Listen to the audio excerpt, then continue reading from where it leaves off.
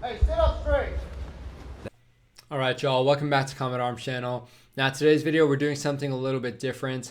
Normally I'd be checking out training and units from all over the globe, but today I'm going to keep it a little bit local and we're going to be checking out a video about the US Army.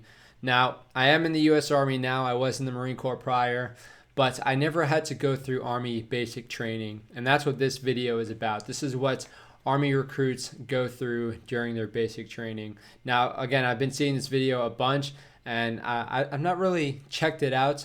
I have worked with recruits during their basic training, or privates during their basic training, but that was when I was going through my advanced NCO training. So it's called ALC, the Advanced Leader Course, and at the end of that, you have to work with a squad of basic trainees, and you basically run them through infantry tasks. So I did work with them in those regards, but I've never actually seen what Army basic training is really like. Because again, I didn't have to go through it when I switched from the Marines to the Army. I just went straight to my next duty station, and it was pretty easy. So I never had to go through that. I only went to Parris Island for Marine Corps boot camp. So I'm interested to see how the Army basic training really does it. Because I don't know, from my impression and from what I've seen when I was in the Marine Corps, I didn't think Army basic training was too hard. And even being in the Army, it doesn't seem like it's too difficult. But yeah, I need to check it out in its entirety to actually give it some sort of justice. Now it's not going to show everything, of course, but it'll give us a better idea. So let's get into it. Why are you moving? Why are you moving? He's having a bad day. This is Army Boot Camp. That dude's having a bad time. The United States Army, all recruits have to graduate from a 22-week program known as One Station Unit Training, Yeah. also known as OSUT.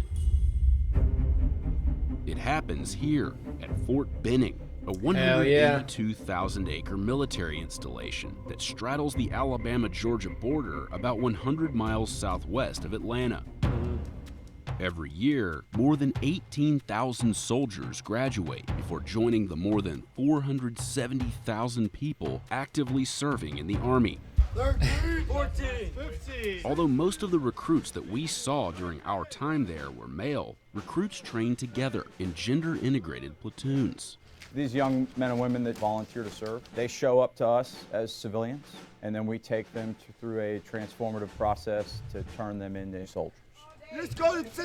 So I'm not really sure how integrated it actually is. I know the Marine Corps has been trying to experiment with integration, but it wasn't really a whole bunch of people in the same platoon. So I'm not exactly sure how these guys do it. But I mean, I'm looking at their helmets and they at least have the decent chin straps, because when I was going through basic training, we had these really old helmets that had like the leather strap on the inside of the helmets and these like click button. It was pretty annoying. So at least these guys are getting something a little bit newer.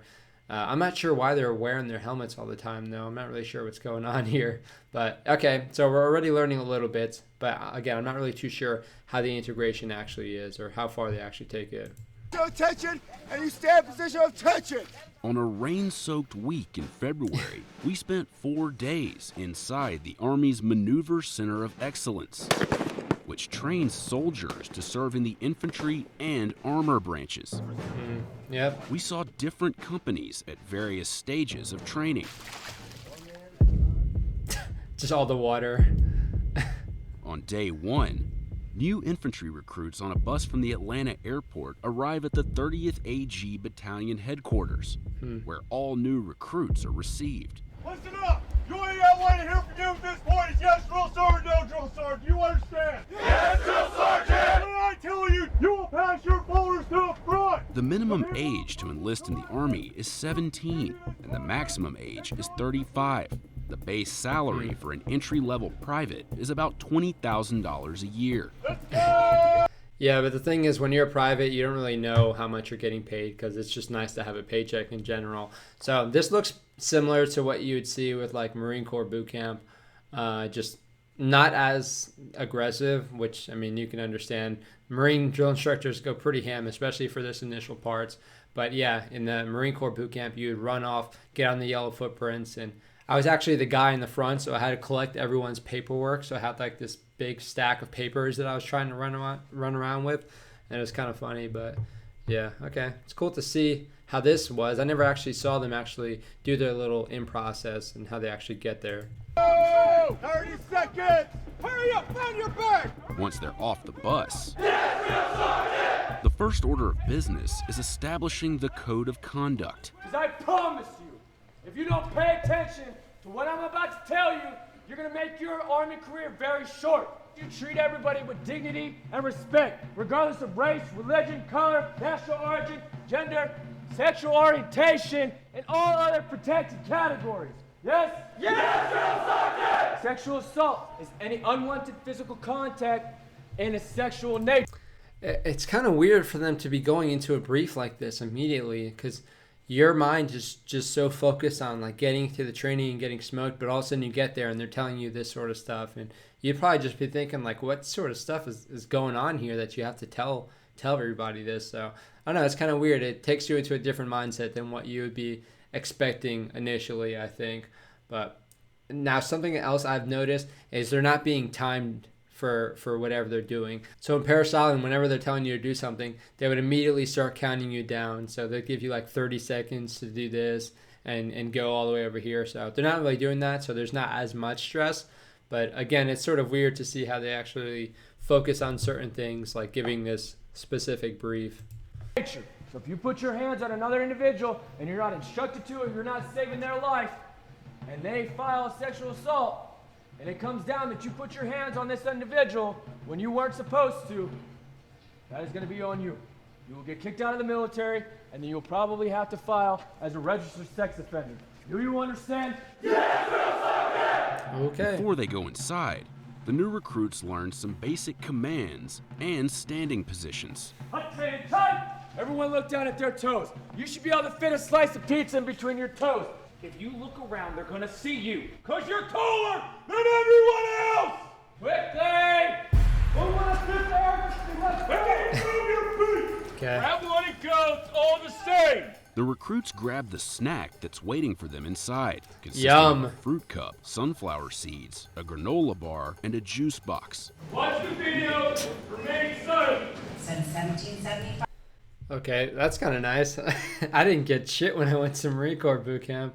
All you get is, you get sat down, you get yelled at, and you have to like put all your valuables into this stupid bag, and then they take it away. So, I mean, okay, it gives a little bit of respite for those who are arriving, and gives them a little bit something. But yeah, I think we went to the airport, and then we took a bus to Paris Islands, and that took a long time. And then it was like 2 a.m. when we actually got there. So that's a pretty big difference. It looks like it's pretty late in the day for these guys as well, but it's nice that they get a little snack though. The Army has been the bearer of our nation's strength in every crisis or conflict. Make no mistake about it, the journey you are embarking upon will not be easy. But you wouldn't be here if we didn't think you couldn't meet the They don't do challenge. this video either. Your last 4-year social.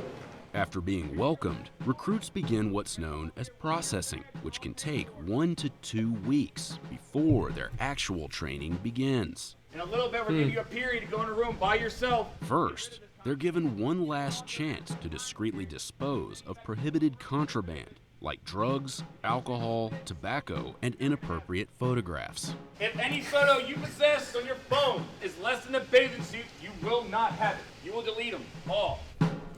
That's another big thing, that they actually get to keep their phones. And in boot camp, you don't even bring your phone. Like, it's not even a thing. You would absolutely not have access to that. So they take all this stuff that you're not allowed to keep when you actually go into boot camp, and they put it into like a brown bag, and you just store it until the end of boot camp. So that's another thing that they have to consider, and that could probably be pretty weird how they handle that, because you have a certain level of privacy with your phone, I would imagine. So I don't know how they would actually go through it and check all the pictures. So that's kind of weird. You can definitely hide some stuff in your phone, though. Recruits get rid of contraband in an amnesty room, where they dispose of it by throwing it down a metal chute. Is anybody confused on which Where does that go? The next morning, the recruits report to the barber shop, where one barber has worked at Fort Benning for almost 60 years. I've been here ever since 1963. That's a long time. I should have been retired a long time ago. But 63. I wake up in the morning now, I be wanting to come out here and go to work. Dude, he was shaving the heads of people who went to Vietnam. That is freaking badass. Now, he's being pretty gentle, which is nice, but I know with Paris Island, they kind of just like freaking, they're like hacking at your head and it's not too comfortable. But he seems like he takes a certain level of passion with doing what he's doing. And again, he's been doing it for so long. So that's got to be really cool to think about. I know the barbers and everything, the people working at Paris Island have been there for a while, but I'm not sure. 63 is a long time. Recruits are issued uniforms. They receive a series of immunizations and vaccines. Good times. And get their official photo taken, along with myriad Wow. housekeeping details that fill up their 1 to 2 week stay in processing. Okay, we take our pictures like after a month, maybe a month and a half in boot camp, so it's not like immediate. I think it's a little bit better when you do it later on because you just look a little bit rougher. Hey, sit up straight. That is until processing ends. And the time for training finally arrives. Let's go. Grab your bags and go. We found a company of recruits about to begin training in the armor school. Hills are bridle. These recruits are about to be picked up and taken to their barracks, where they'll reside for the rest of their training. Fun. Let's go. You guys are going to the front. Let's go. This is the last chance for recruits to change their minds before training begins, like one recruit who decided to stay behind. Wow. This short bus ride from processing to their new barracks will be the most peaceful moments these recruits will experience for a while. That's true. You What do. happens next is known as the shark attack. You do enjoy those moments. Run. At no time will you walk. You will run. Everyone, you freaking go. Go. Run. Run. See, they're using whistles to like invoke this stress, and in the Marines, I don't know, they just get all these drill instructors from all over and just help with this specific process. I think it's called like Black Friday is when you actually get introduced to your drill instructors, but before that it's just a bunch of other drill instructors and it's just a bunch of them screaming at you and singling you out. So I mean, I don't know, a whistle will do something. I'd kind of just get annoyed at it though. They say what? A megaphone, that's cheating. Get your bags out this way. Let's go. You're a tough guy. Don't move. Do something. Do something. That's what I thought. Why are you still not understanding? He just said it. Well, it's really just a little shock to the system so we can break them down to build them back up.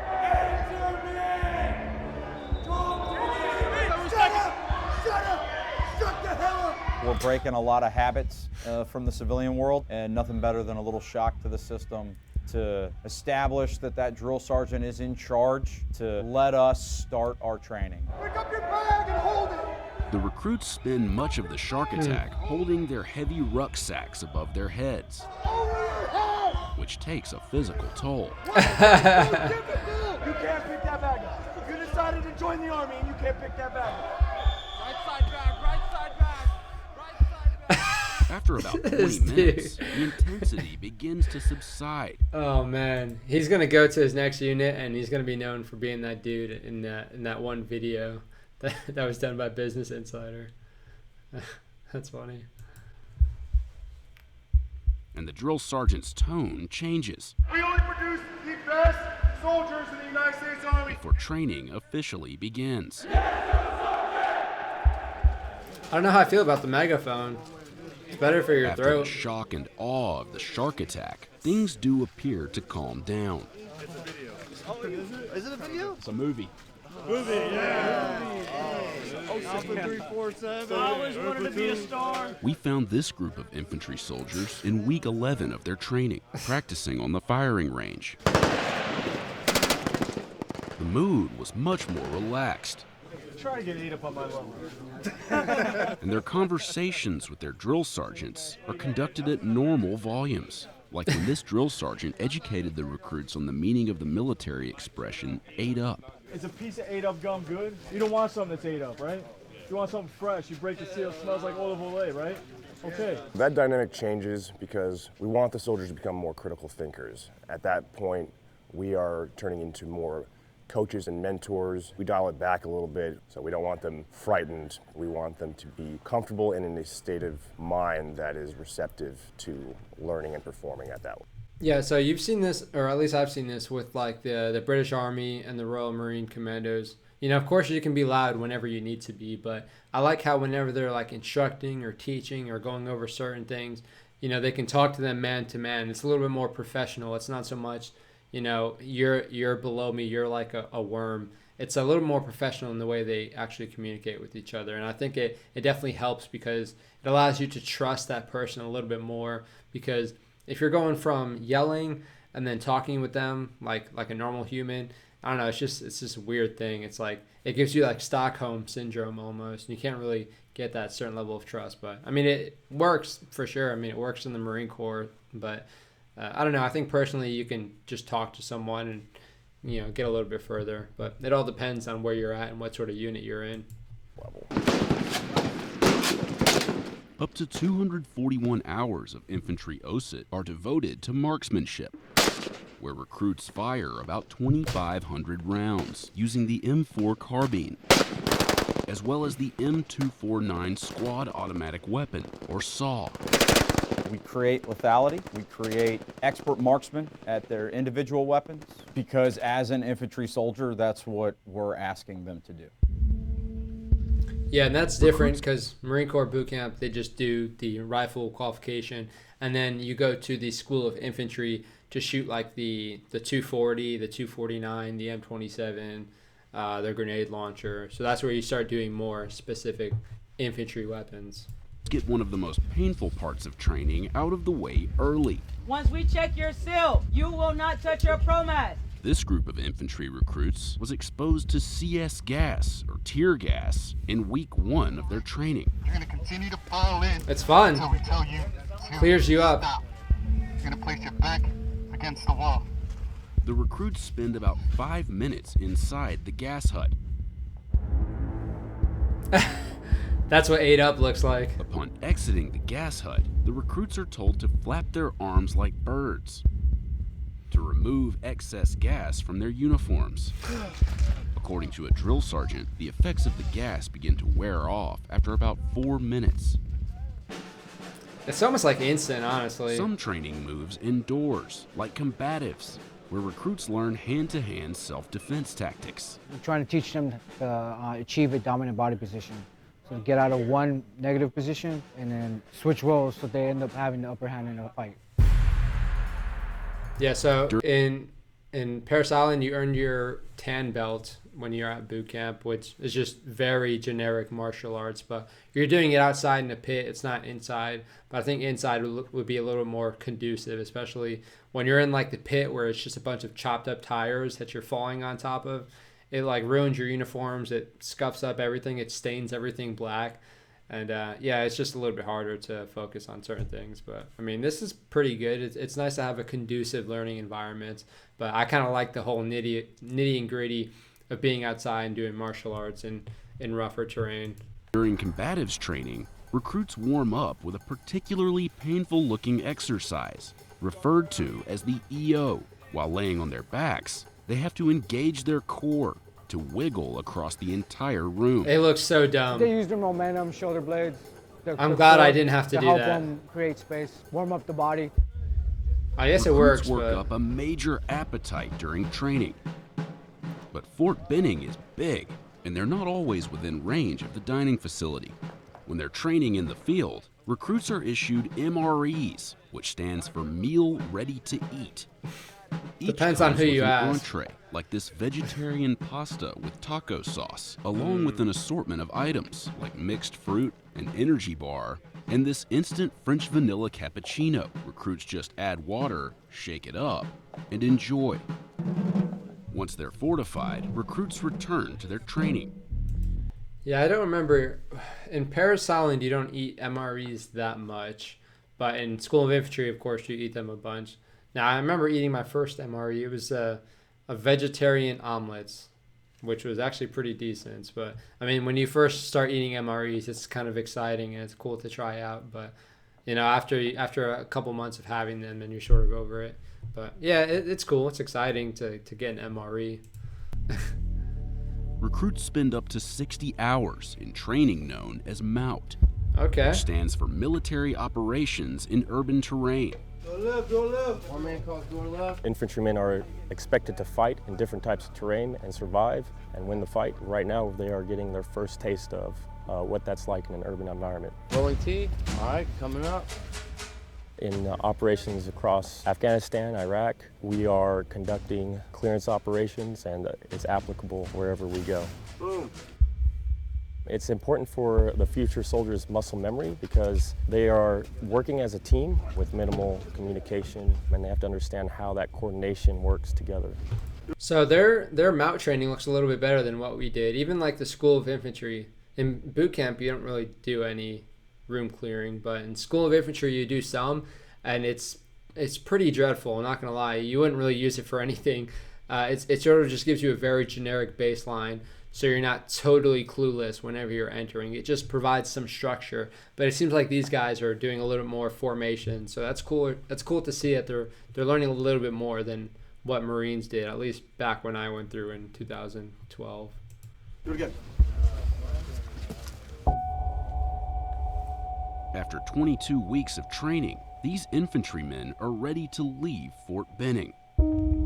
Yeah, they are. Friends and family gather to watch their soldiers graduate on NOA Field. I never took part in They look this, like but soldiers. They act like soldiers. They're carrying their head high. pretty cool. I have trainees that were not alive when 9/11 happened. I think that's pretty powerful, that I still can find American citizens that want to volunteer to serve their country when we continue to ask them to go to combat.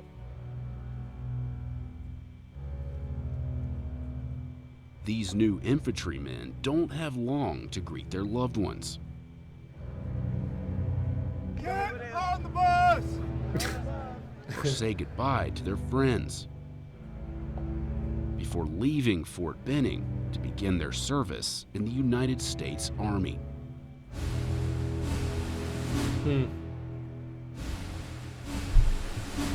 I don't even remember.